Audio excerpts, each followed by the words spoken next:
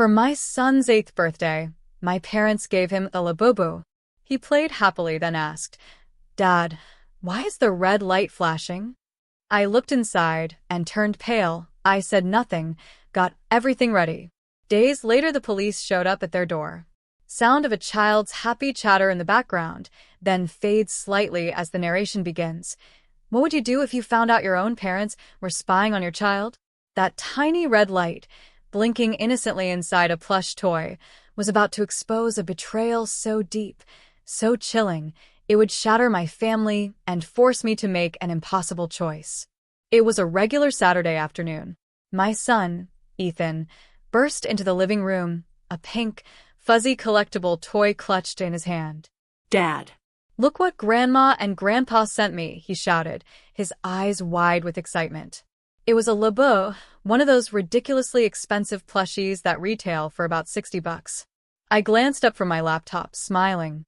"That's cool, bud." He squeezed it, giggled, then suddenly stopped. He held it closer, a puzzled frown creasing his brow. "Dad," he asked, his voice small, "why is there a red light inside?" My fingers froze over the keyboard. "What?"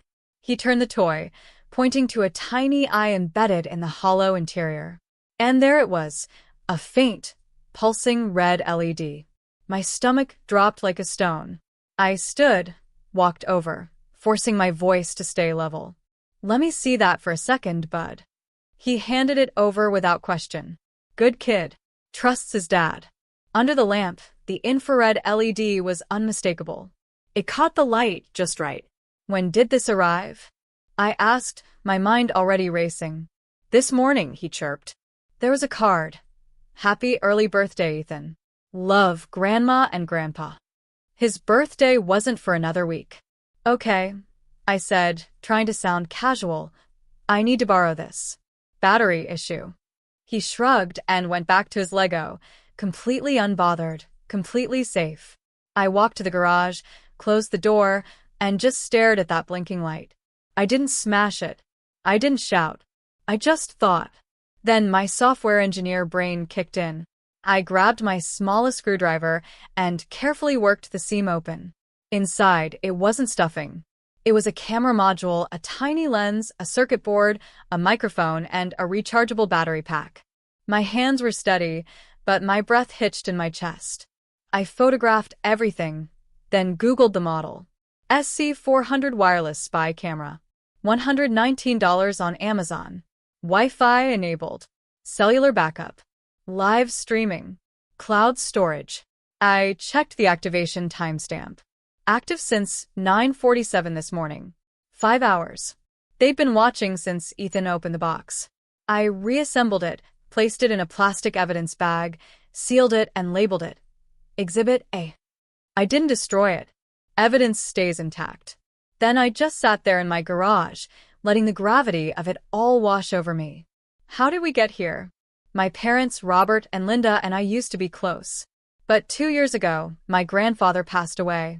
He left Ethan a trust fund, $180,000. He made me the trustee, with no withdrawals until Ethan turned 18. Grandpa knew my dad. He declared bankruptcy in his 30s because of bad investments and worse decisions. And then my mom, Linda, started visiting casinos. Just for fun, turned into daily online poker. Soon, Robert started suggesting we could borrow from Ethan's fund. Family emergency, he'd say. I refused. That money was for Ethan's future. Non-negotiable. About 3 months ago, I started answering their calls less often. They complained I was isolating myself. I thought they'd let it go. They didn't. They planned. I checked the shipping label on the box. Dated 3 weeks ago. Not today. Today was just when Ethan found the light. They'd been watching us for 3 weeks. My divorce from Sarah happened 18 months ago. She's 29, a retail manager. She has Ethan 30% of the time, according to the custody agreement. In reality, it's more like 20% because she often forgets weekends. She's not a bad mother, just checked out. She wasn't my problem. My parents were. I ran through options in my head. Confront them now? They deny everything, destroy evidence, lawyer up. Call the police immediately? Investigation takes time, they'd be warned. Smash the device, cut contact? No legal protection, they'd try again. Option D. Play dumb. Gather more evidence. Build an ironclad case. Then strike. I chose option D. I'm a software engineer. I make $95,000 a year. I know how surveillance systems work, how to document evidence, how to preserve chain of custody. And I don't make emotional decisions. My strategy formed like a project plan. Don't tell them I found anything. Search for other devices. File a police report Monday. Call my lawyer. Let them make the next move. Bury them with evidence. They want to play games with my son? I'll show them what happens when you underestimate an engineer. That evening, after reading Ethan 2 stories, tucking him in, and telling him I loved him, I began my search. His bedroom first. Every toy, every book. Under the bed, inside the closet. Nothing. His school backpack by the door. I unzipped every pocket, felt along the seams. Still nothing. Living room, kitchen, bathroom. Smoke detectors, light fixtures, picture frames. Nothing. By the time I finished, it was past 10. Maybe the Labubu was the only one. Maybe I was being paranoid. But I didn't believe they wouldn't risk a single device. They'd want redundancy. Backup systems. I made a mental note to keep searching. The next morning, my phone rang. Dad calling. I let it ring 3 times. Hey, Dad, I said, keeping my voice normal. Hey, Jake. How are you? Good. Busy weekend. He paused. Did Ethan get our package? Yeah, he loved it. Another pause. That's great. He's playing with it. Yeah. Carries it everywhere. A lie. It was sealed in an evidence bag, but he didn't need to know that. Good. Good. Listen, maybe we could stop by this week? See Ethan? I'll check my schedule. His tone shifted, an edge creeping in. You've been saying that for months, Jake. I know. Work's been crazy. We're family. We shouldn't need an appointment. I'll text you. I said. He sighed. All right, talk soon. He hung up. Ethan walked in. Was that Grandpa? Yeah. Can we see them? My chest tightened. Maybe soon, bud. He shrugged, went back to playing. They were fishing, wondering if I'd found the device. I didn't give them anything. Monday morning, I dropped Ethan at school, then drove 20 minutes to the police station. Evidence bag, printed photos, shipping receipt with my father's name on it. I asked for someone in cybercrimes. Detective Morrison came out. Older woman, gray hair, 15 years on the force. Calm, professional. I sat across from her desk and kept it factual. My parents sent my 8-year-old son a toy 3 weeks ago. I discovered Saturday it contains a hidden camera and microphone. I have photos. I need to file a report. She examined the toy through the plastic. Her jaw tightened. Mr. Barrett, you did the right thing by not tampering with it. What happens now? We'll send this to forensics. They'll extract any stored footage, check for cloud connections, trace the purchase. 3 to 5 business days. And if there's footage of my son, then we have a felony. Colorado Revised Statutes 18-9-304. Wiretapping a minor without parental consent. What should I do? Don't contact them. Don't tell them you know. Let us build the case. They called me yesterday, asked if my son liked the toy. Her eyebrow raised. What did you say? I said he loved it. Good. Keep it that way. She gave me a case number, an evidence receipt, her card. I left with documentation, an official record, my first piece of leverage. From the parking lot, I called Marcus Chun, my divorce attorney. Sharp, doesn't waste time. Marcus, I need to see you today. He heard the urgency in my voice. 11 works. I'll be there. 2 hours later, I sat in his office, explaining how my parents had spent 3 weeks spying on my son. Marcus took notes. When I finished, he looked up. They're going to try for custody. I already knew. The camera wasn't about watching Ethan. It was about building a case against me, documenting my parenting, looking for mistakes, gathering ammunition for a court battle I didn't even know was coming. But here's what they didn't know. I document everything. I keep records. I don't make emotional decisions. And for 3 weeks, they'd been watching my son through a toy I didn't know existed. Now I knew, and I had proof, and I had time to prepare. They thought they were hunting. They were wrong. They'd just walked into a trap they didn't know I'd set. And the only question left was how hard I was going to close it. Marcus Chen's office downtown had glass walls and that clean, modern look lawyers use to justify their hourly rates. He's 38, handled my divorce. Sharp enough that I kept him on retainer. I sat across from his desk and laid it out. Camera in a toy, 3 weeks of surveillance, police report filed this morning. He leaned back in his chair. Okay, let's think like them. Why spy? To prove I'm unfit. Close. To prove they need to intervene. He pulled up Colorado statutes. CRS 19-1-117. Grandparents can petition for custody if the child is at risk, parents are unfit, and they have an established relationship. They can't just want custody. They need a reason. He looked at me. What's their reason? Money. Ethan's trust fund. I explained. The $180,000, Grandpa's will. Me as trustee. My mother's gambling problem. They can't touch it while I have custody. Marcus nodded. There it is. If they get guardianship, they petition the court to control the trust. Can they do that? If a judge believes you're unfit and they're better? Yes. My jaw tightened. So the camera was phase 1, gathering evidence. Phase 2 will be legal action. He started typing. I'll file an emergency motion for a restraining order. No, I said, stopping him. What? Not yet. If we file first, they know we know. They'll lawyer up, destroy other evidence. Jake, this is serious. I know. That's why we wait. Let them file. Let them commit. Then we bury them. He studied me for a long moment. You're sure? I'm sure. All right. But I'm monitoring court filings daily. The second they move, you call me. He paused. One more thing. Check your ex-wife. If your parents are smart, they'll recruit her. Sarah, she's the weak link. They'll offer her something. More custody, money, guilt, whatever works. My stomach turned. I'll talk to her. 2 days later, I was at work when my phone buzzed. Mom calling. I stepped outside to the parking lot. Hi, honey. How are you? Good, Mom.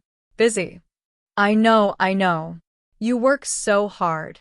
That's actually why I'm calling. Her voice had that syrupy, concerned grandmother tone. Your dad and I are worried. You sound stressed.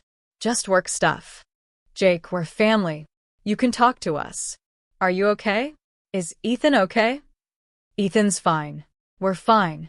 Why? Well, Sarah mentioned you've seemed different lately. My blood went cold. You talked to Sarah? Just checking in. We're all worried about you. When did you talk to her? A pause. Last week. She called us, actually. A lie. I could hear it in the hesitation. Why? She's concerned, Jake. She said you've been short-tempered, withdrawn, not yourself. My mind raced. Did Sarah call them?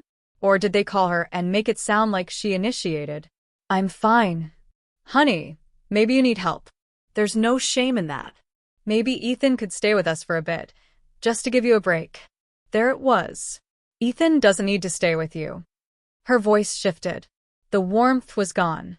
Jake, we're trying to help. I don't need help. We'll see. She hung up. I stood in that parking lot, my heart pounding. I texted Marcus. They contacted my ex. They just asked to take Ethan for a break. His reply came fast. Checking court system now. An hour later, my phone rang. Marcus. They filed this morning. Emergency petition for grandparent custody. I closed my eyes. Hearing is Friday, 9 a.m. Judge Margaret Fielding. What are they claiming? That you're emotionally unstable, financially irresponsible, isolating Ethan from family, and unable to provide adequate care. That's insane. They have an affidavit from Sarah. My hands shook. When did she sign it? Dated 2 weeks ago. She texted me yesterday asking how I was. If she's so concerned, why is she checking on me? Because she probably didn't read what she signed. Your parents fed her a story. Jake's struggling. We want to help. Can you sign this? She signs thinking it's for therapy. They use it for custody. Can we fight this? Yes, but we need evidence. School records, medical records, everything showing you're a good parent. I have 3 years of documentation. Good. Bring it. Friday 8 a.m., my office. We prep.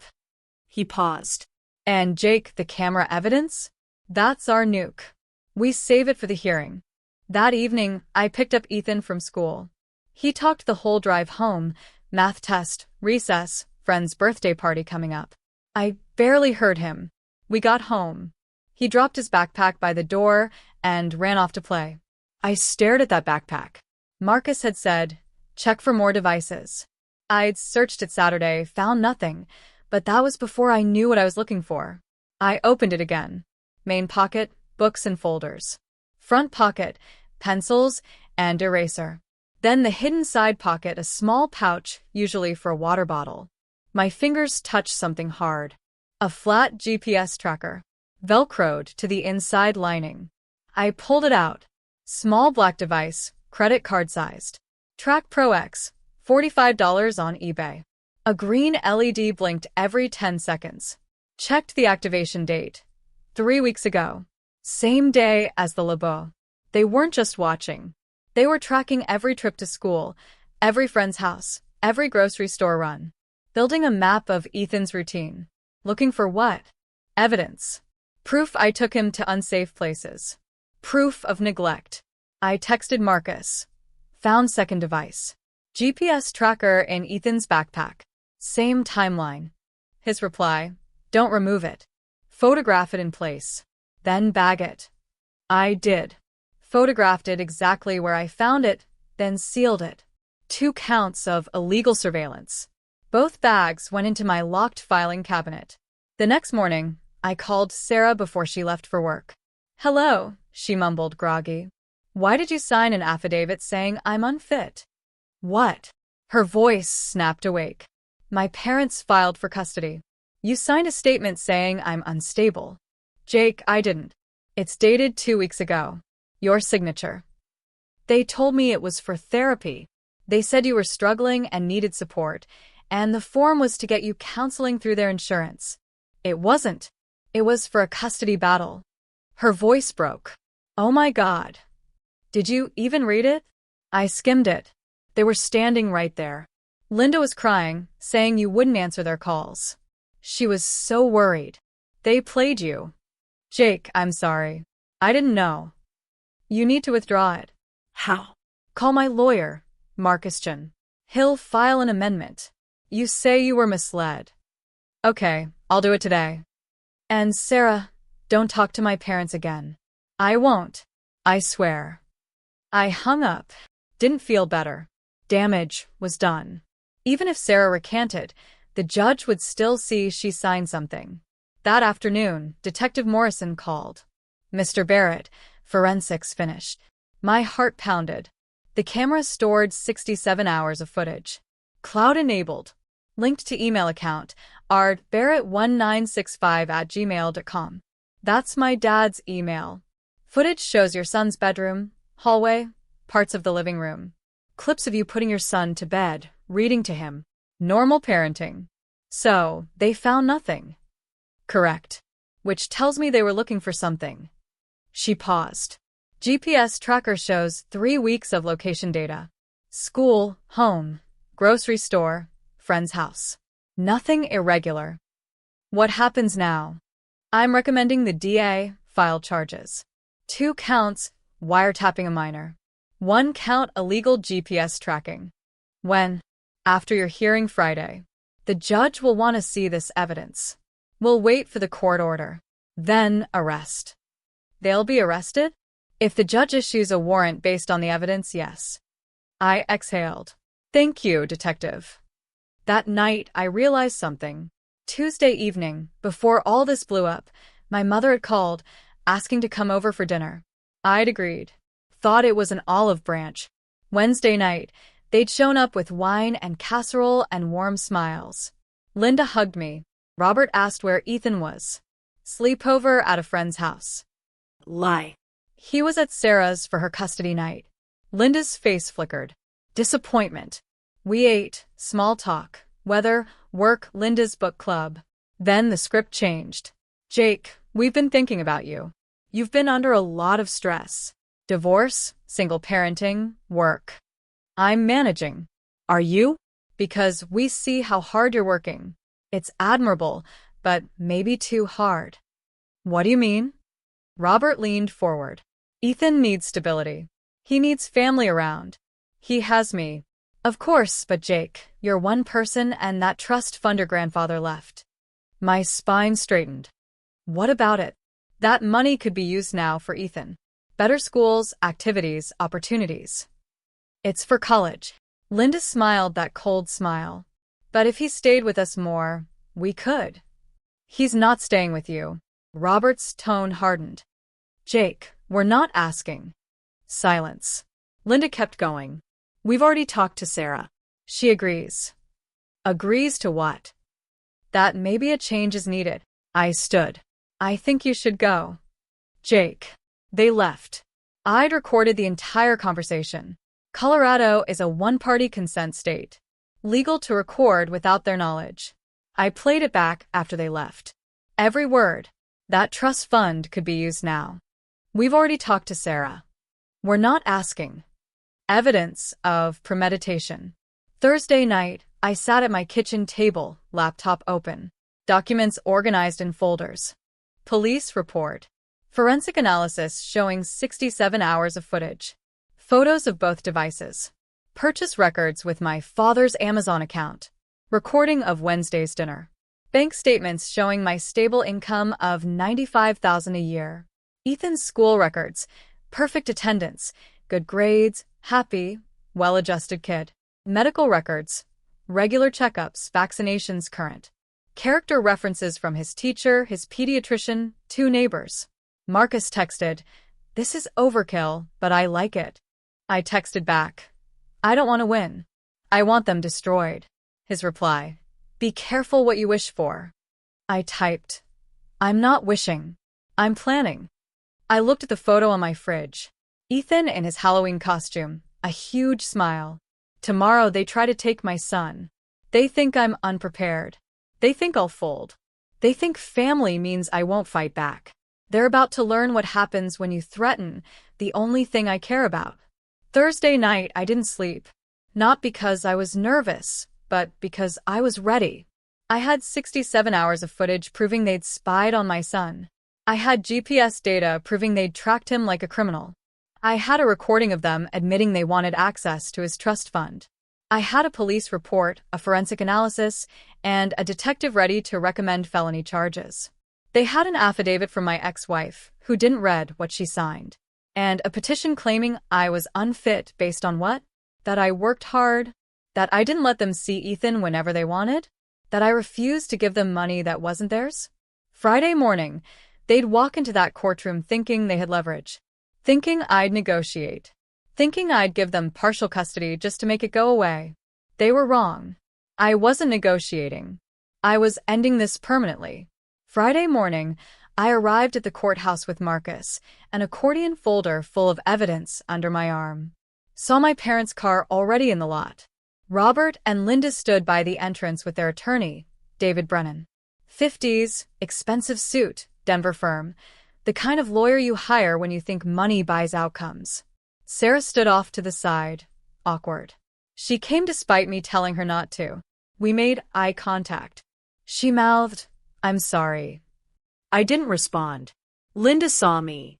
Her face shifted. Tried on that grandmother's smile. Warm, concerned, loving. The mask she'd worn my whole life. Robert's jaw was tight, arms crossed, stone-faced. They didn't know what I had yet. Brennan approached Marcus. "Marcus, didn't know you were on this one." David. "Yeah." Representing the father. Brennan's tone went condescending. "Look, this doesn't need to be adversarial. Your client's clearly overwhelmed. My clients just want to help. Maybe we work out shared custody. Everyone walks away happy. Marcus kept his face neutral.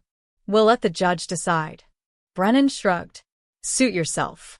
But I have an affidavit from the mother and 3 months of documented isolation. This is pretty open and shut. I stayed silent, face blank. Inside, I was thinking, you have no idea what's coming. We walked into the courthouse. Judge Margaret Fielding presiding. 60s, 20 years on the family court bench. Reputation for being fair, but taking zero nonsense.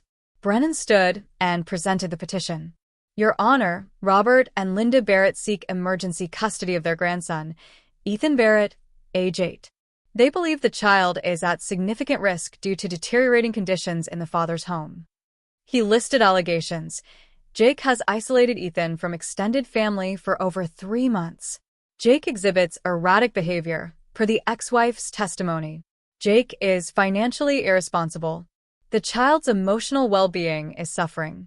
No evidence, just claims. Brennan called Linda to the stand. She was good, coached, voice trembling just right. Your Honor, I'm not here to attack my son. I love him, but I'm scared for my grandson. She talked about how we used to see Ethan every week, pick him up from school, have dinner, normal grandparent things. Then 3 months ago, Jake stopped answering calls, stopped responding to texts. When they sent Ethan a birthday gift, Jake barely acknowledged it. We tried reaching out, he shut us out. And when we talked to Sarah, Ethan's mother, she confirmed our fears. Her voice cracked. Real tears or performance? I couldn't tell anymore. I don't want to take Ethan away. I just want to make sure he's safe. Brennan called Sarah next. She looked nervous, uncomfortable. I signed a statement 2 weeks ago. I was told it was for counseling purposes. Brennan wasn't happy she was clarifying, but he pressed. But the statement reflects your concerns, correct?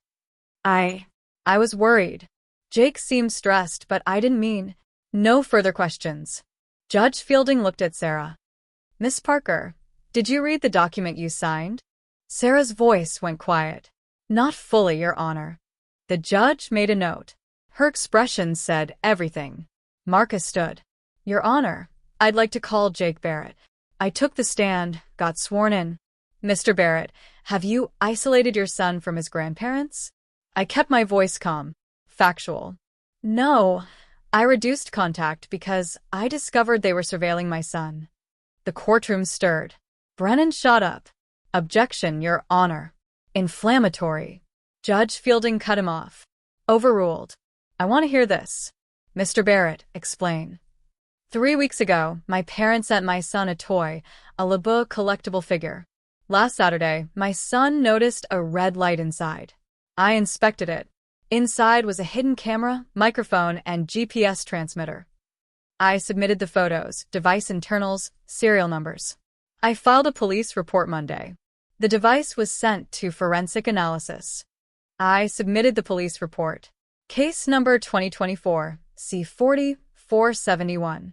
Forensics confirmed the camera recorded 67 hours of footage over 3 weeks. The device was linked to my father's email account. Cloud storage accessible via artbarrett1965@gmail.com. I submitted the forensic report. Linda's face went pale. Robert stared straight ahead, jaw clenched. Marcus continued. Did you find other devices?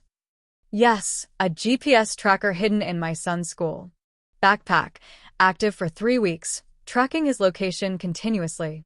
I submitted photos of the GPS tracker, location data logs, every trip to school, every friend's house, every grocery store. Why do you believe they did this? To build a custody case and to access my son's trust fund. Brennan objected. Speculation. Marcus stayed calm. Your Honor, I have evidence of motive. I'll allow it. Marcus turned back to me. Mr. Barrett, does your son have a trust fund? Yes. $180,000, left by my grandfather. I'm the trustee. Terms state no withdrawals until Ethan turns 18. Have your parents ever asked for access? Multiple times. I refused. It's not their money. I submitted bank records, trust fund documentation, trustee designation. Do your parents have financial difficulties? Yes. My mother has gambling debts exceeding $60,000. My father took out a second mortgage to cover losses. I submitted public records. The mortgage filing, credit reports Marcus had subpoenaed. Brennan tried to object, but Judge Fielding waved him off. I want to see those records. Marcus pulled out his phone. Your Honor, I have one more piece of evidence. A recording from a dinner 3 days ago. He played the audio. Wednesday night, my kitchen. Robert's voice came through the courtroom speakers. That trust fund could be used now. Linda's voice. If Ethan stayed with us, we could manage it properly. Robert again. We're not asking Jake. The courtroom went quiet as a library at midnight. Judge Fielding removed her glasses, looked at Robert and Linda. Mr. and Mrs. Barrett, you have anything to say? Brennan stood. He was rattled. He hadn't known about the devices. Your Honor, my clients were concerned about their grandson. Perhaps their methods were overzealous, but their intentions. Judge Fielding's voice went ice cold. Counselor, are you seriously suggesting that hiding surveillance equipment in a child's toy is overzealous concern? Your Honor, I was not aware of the devices until today. That's evident. Does your client wish to testify? Brennan looked at Robert. Robert shook his head. No, Your Honor. Then here's my ruling. Judge Fielding read from her notes, voice flat. Professional. Devastating. I have reviewed the evidence. This petition is not only denied, it is disturbing. Mr. and Mrs. Barrett, you have admitted via recorded conversation that your interest in custody is financial. You have surveilled a minor child without parental consent. You have misrepresented your intentions to the child's mother to obtain a false affidavit. I am issuing a temporary restraining order effective immediately. You are prohibited from contact with Ethan Barrett. No calls, no texts, no gifts, no appearances at his school or home. Violation of this order will result in immediate arrest. Furthermore, I am referring this case to the District Attorney's Office for criminal investigation. Linda started crying. Real tears now, not performance. Robert sat frozen. The judge continued, Miss Parker, your custody is reduced to supervised visitation only. 2 hours per month, pending review in 6 months. You signed a legal document without reading it. That shows poor judgment. Sarah's face crumpled. She didn't argue. Judge Fielding looked at me. Mr. Barrett, you have full legal and physical custody, sole decision-making authority. I am also ordering that the trust fund remain under your exclusive control, with no co-trustee allowed. This hearing is adjourned. The gavel fell. The bailiff handed Robert and Linda their restraining order paperwork. They didn't look at me. Marcus leaned over.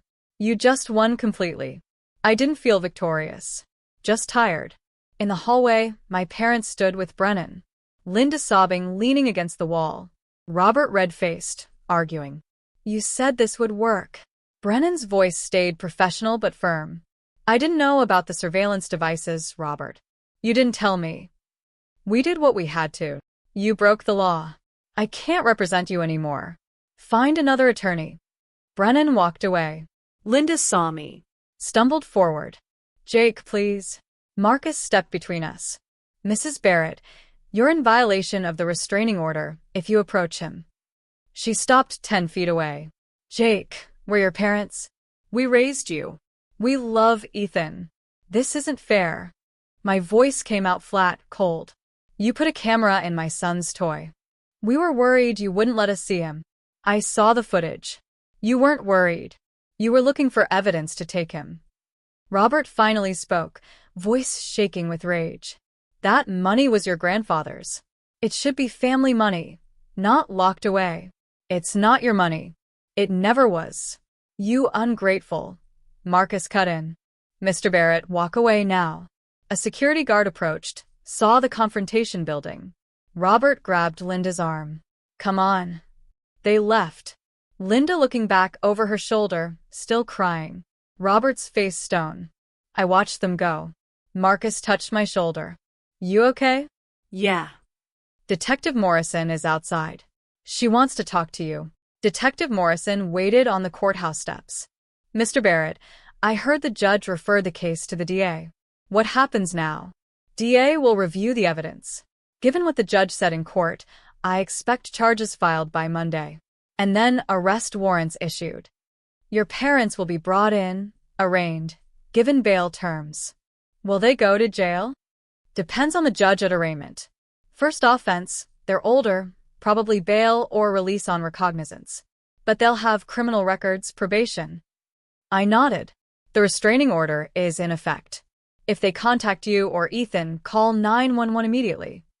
I will. She left. Marcus turned to me. Go home. Pick up Ethan. Hug your kid. You're done. Doesn't feel done. It will. I drove to Sarah's apartment. She opened the door, eyes red from crying. Jake, I'm so sorry. I know. I should have read it. I should have called you. They made it sound like. I know. Can I still see him? Supervised visits. 2 hours a month. Judge's order. She started crying again. I ruined everything. You trusted the wrong people, but you can fix this. Show up to the visits. Be consistent. In 6 months, we can petition for more. Her voice went hopeful. Really? If you prove you're serious? Yeah. Ethan ran out. Dad. I scooped him up. Hey, bud. Did you finish your work thing? Yeah. All done. Can we get pizza? Absolutely. We left. Ethan had no idea what just happened, and I wanted to keep it that way as long as possible. The pizza place had arcade games in back. I gave Ethan a handful of quarters. And off. Happy, safe, normal. My phone buzzed. Unknown number. Hello. Detective Morrison. Mr. Barrett. DA expedited the charges. Arrest warrants just issued. Team is executing now. Now? I thought Monday. Judge wanted it done today. Told the DA to move fast. Where are your parents right now? I don't know. Home, probably. We have units en route to their address. Just wanted you to know. She hung up. My parents lived 10 minutes away. Ethan was playing, happy, distracted. I made a decision. Hey, bud. We gotta make a quick stop before pizza. But I was winning. We'll come back. I promise. I handed him my phone with YouTube already open. Okay. Unbothered. Safe. I drove to their neighborhood, parked one street over. I could see their house from the corner. Why are we here? Ethan asked. I need to check something. Stay in the car. Watch a video on my phone. I walked to the corner. 2 police cars sat in my parents' driveway. Lights off. Professional. Not dramatic. Officers at the door. Detective Morrison and 2 uniforms. The door opened. Robert. Detective Morrison showed the warrant. Robert's face went white. Robert Barrett, you're under arrest for illegal surveillance of a minor. Handcuffs clicked. Linda appeared in the doorway, screaming, No. No, please. The second officer moved forward. Linda Barrett, you're also under arrest. Both of them in handcuffs, led to separate police cars. Linda sobbing, looking back at the house. Robert stone-faced, head down. Neighbors watched from windows from front yards. I stood on that corner, 50 yards away, watched my parents placed in the back seats of police cars. I felt nothing. Not satisfaction, not guilt. Just closure. I walked back to my car. Ethan looked up from the video. Done. Yeah, done. Can we get pizza now? I smiled, small but real. Yeah, bud. We can get pizza now. I watched the police cars drive away with my parents in the back seats. Watched the neighbors whisper and point. Watched my childhood home, the place I grew up, become a crime scene. Ethan was in my car, playing games on my phone, humming to himself, completely unaware that his grandparents had just been arrested for spying on him. I could have felt something. Guilt, maybe. Regret. But I didn't. Because for 3 weeks, they'd watched my son through a hidden camera. They'd tracked his location like he was a stolen car. They'd lied to his mother, filed false legal documents, and tried to take him from me so they could gamble away his future. And when I caught them, they didn't apologize. They got angry. So no, I didn't feel guilty watching them get arrested. I felt relieved. Because it meant my son was safe, and that was the only thing that mattered. 2 months after the arrest, life got quiet. January mornings in my kitchen. Ethan eating cereal, talking about his school project on the solar system. I made coffee, checked emails. Normal, boring routine. His birthday had come and gone in December. Kept it small. Just us and 2 friends. No party. No extended family drama. Dad, can Tommy come over after school? Sure. Can we order Chinese food? If Tommy's parents say it's okay. Yay. He ran off to brush his teeth. I stood there with my coffee, thinking about how quiet everything had become. No surprise texts from my parents. No weird phone calls. No packages with hidden devices. Just peace. My parents had plead guilty.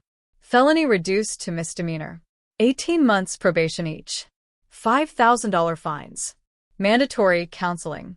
No jail time because it was their first offense and they were older. The prosecutor accepted the plea to avoid trial. Restraining order extended to 5 years. Sarah had her supervised visits once a month, 2 hours at a community center with a monitor present. She'd attended both so far. Progress. The trust fund got additional protections. Irrevocable trustee status. No co-trustees allowed. Distribution limits until Ethan turns 18. Extended family had mixed reactions. Some supportive, some angry, some silent. This is what winning feels like. Not dramatic. Just quiet. 4 months later, my phone rang at work. School calling. Friday afternoon. My stomach dropped before I even answered. Mr. Barrett, we have a situation. Principal Rodriguez, calm but serious. What happened? Is Ethan okay? He's fine. He's in my office, but your mother attempted to pick him up. My blood went cold. What? She came to the front office half an hour ago. Said she was here to pick up Ethan for a dentist appointment. Ethan's teacher had her on the pickup list from before, so the secretary almost released him. My heart pounded. But you didn't? No. I remembered the restraining order you filed with us in November. I came down immediately. Told your mother she couldn't take him. She became upset. Where is she now? I asked her to leave. She refused. She's in the parking lot. I've called the police. I'm on my way. Don't let Ethan outside. Already done. He's safe. I grabbed my keys, ran to my car. A 10-minute drive that felt like an hour. Pulled into the school parking lot. Saw a police car. Linda's car. Linda in handcuffs, being placed in the back seat. An officer talking to Principal Rodriguez. I ran inside, straight to the principal's office. Ethan sat in a chair, looking confused. Dad. I knelt down, hugged him tight. You okay, bud? Yeah, but Grandma was here. She said she was taking me to get ice cream. Did you go with her? No. Principal Rodriguez said I had to stay. Why did the police take Grandma? I chose my words carefully. Because she wasn't supposed to be here. Why not? Remember when I told you sometimes grown-ups make bad choices? She made one, so she's not allowed to see you right now. Oh, he processed that. Can I still get ice cream? I laughed despite myself. Yeah, we can get ice cream. Outside, I walked with Ethan to my car. A teacher stayed with him while I talked to the officer. I'm Jake Barrett, Ethan's father. The officer was young, 30s, professional. Mr. Barrett, your mother violated the restraining order. We're taking her in. I looked at Linda in the police car. She was crying, mascara running, hitting the window from inside, mouthing words I couldn't hear. Please. I just wanted to see him. I stared at her. Felt nothing. You'll need to file an incident report. Can you come to the station Monday? Yes. Judge will likely extend the restraining order, possibly jail time for probation violation. Good. He nodded, got in the car, drove away with Linda in the back seat. I watched until they turned the corner. Principal Rodriguez walked over. Is Ethan okay? He's tough. He'll be fine. For what it's worth, your mother seemed desperate. Not violent, just sad. That doesn't change what she did. I know. She paused. Thank you for protecting him. Always. That night, after ice cream and dinner, I tucked Ethan into bed. Dad. Yeah. Why doesn't Grandma follow the rules? I paused, thought about how to answer. Because sometimes people want something so much they forget why the rules are there. What did she want? To see you. But she can't. Not right now. Maybe not for a long time. Because of the bad choice she made. Yeah. What was it? I chose my words carefully. She tried to watch you without permission. She tried to take you places I didn't say she could. And today she tried again. Oh, he thought about that. Dad. Yeah, bud. I'm glad you're my dad. My throat tightened. I'm glad you're my son. I kissed his forehead, turned off the light, closed the door softly, stood in the hallway, leaned against the wall, breathed. 2 weeks later, Marcus called. Linda was sentenced today. 30 days county jail, probation revoked, restraining order extended to 10 years. And Robert? Still on probation, didn't violate, but he's required to attend counseling with Linda when she's released. Will this stop them? Honestly, I think it will. Linda just spent a month in jail. Robert's scared. They're in their 60s. They're not going to risk more jail time. And if they do, then they go to prison. Felony charges back on the table. Okay, Jake, you won completely. They have criminal records, financial penalties, jail time, and a decade-long restraining order. They can't touch Ethan. It's over. Thanks, Marcus. I hung up. It was over. 6 months after the arrest, I sat in the waiting room at Dr. Rachel Kim's office, child psychologist. Ethan finished his session. Dr. Kim gestured me into her office. Ethan stayed in the waiting room, playing with blocks. He's doing really well. Yeah. He mentioned his grandparents twice in the last month, down from every session before. Is that good? It means he's processing and moving on. He understands they made mistakes. He's not internalizing it as his fault. I exhaled. Good. Kids are resilient, Jake. Especially when they have a stable, protective parent. You've done everything right. Doesn't always feel like it. That's because you care. That's the difference between you and them. Saturday morning, I cleaned out the garage. Found the evidence box from the police. Returned after the case closed. Inside, the Labubu toy, GPS tracker, photos, reports. I stared at that pink toy, the thing that started everything. Ethan walked into the garage. What you doing? Cleaning. He saw the Labubu. Oh, that's the toy Grandma sent. Can I have it back? My stomach tightened. No, bud. This one's not safe. Why? It's broken inside. Can't be fixed. Oh. Can we throw it away? I paused. Yeah, we can. I took the Labubu to the trash bin outside, dropped it in. Lid closed. Ethan watched. Are you sad? No. Just remembering. Remembering what? That some things look nice on the outside, but aren't safe on the inside. Like stranger danger. I smiled. Small, but real. Yeah, like that. Well, I'm glad you protect me. Always, bud. We walked back inside together. Extended family split 3 ways after everything happened. Team Jake. Aunt Karen eventually learned the truth, apologized for her initial anger. Sends Ethan birthday cards now. Cousin David texts occasionally. You did what I'd do. Uncle Tom was blunt. Told Robert, you messed up. Deal with it. Team parents. Robert's brother, Mike, said family means forgiveness. I told him family means boundaries. We don't speak anymore. Linda's sister, Patricia, sent an angry letter calling me vindictive. I didn't respond. Old family friends believed my parents' version, stopped inviting me to events. I don't care. Neutral. Some cousins send cards to Ethan, but don't take sides.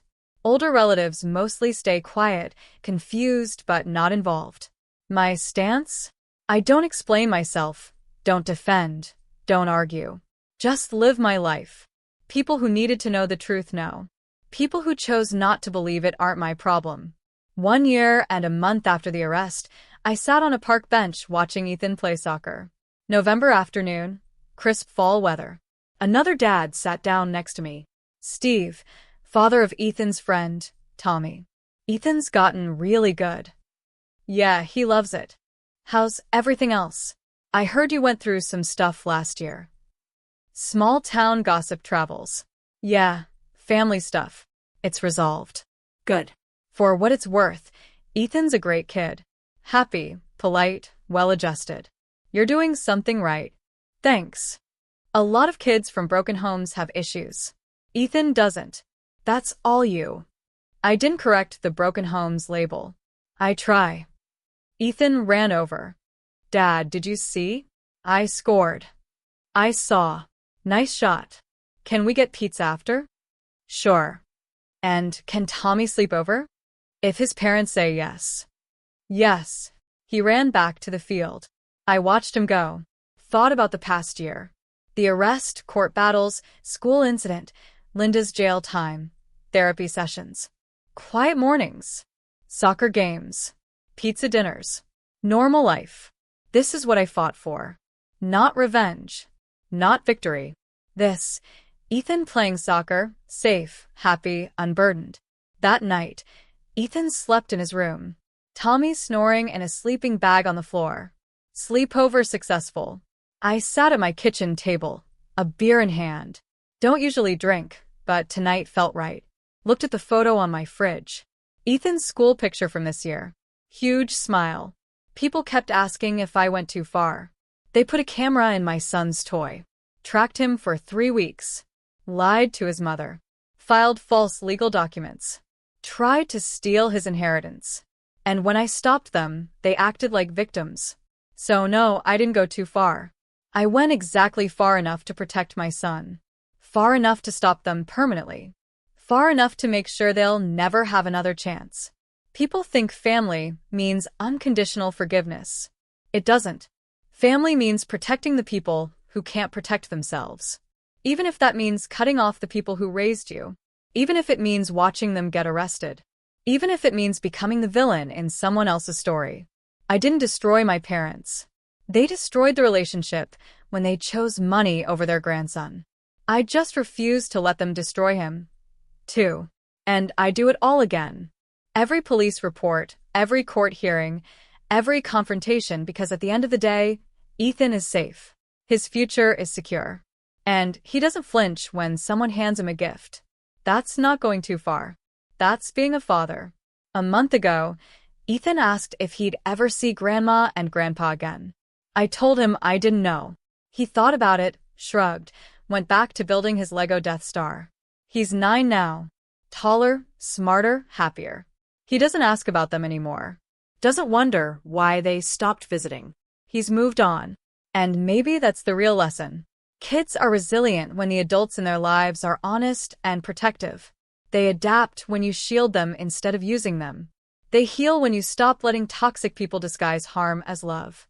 The trust fund is still intact. $192,000 now, with interest and growth. Sitting exactly where it belongs, in Ethan's future. Not funding my mother's poker addiction. Not bailing out my father's bad decisions. Waiting for the day Ethan turns 18 and decides what to do with it. College, maybe. A house, a business. His choice. Not theirs. Not even mine, really. Just his. People still ask if I went too far. Neighbors whisper at the grocery store. Extended family stopped inviting me to reunions. I'm the son who had his parents arrested, the man who broke the family. Fine. I'll be that. Because I'm also the father who protected his son when no one else would. The father who chose his child over keeping the peace. The father who taught his son that love without boundaries isn't love. It's manipulation. And when Ethan's older, when he asks me what happened, I'll tell him the truth. And he'll understand. Because by then, he'll know. Some gifts come with strings attached. And some strings are meant to be cut. Pause for a moment. Let the thought linger. So, tell me, what would you have done in my place? Have you ever had to draw a line with family when their actions crossed an unforgivable boundary? Let me know in the comments below. I'm really curious to hear your thoughts.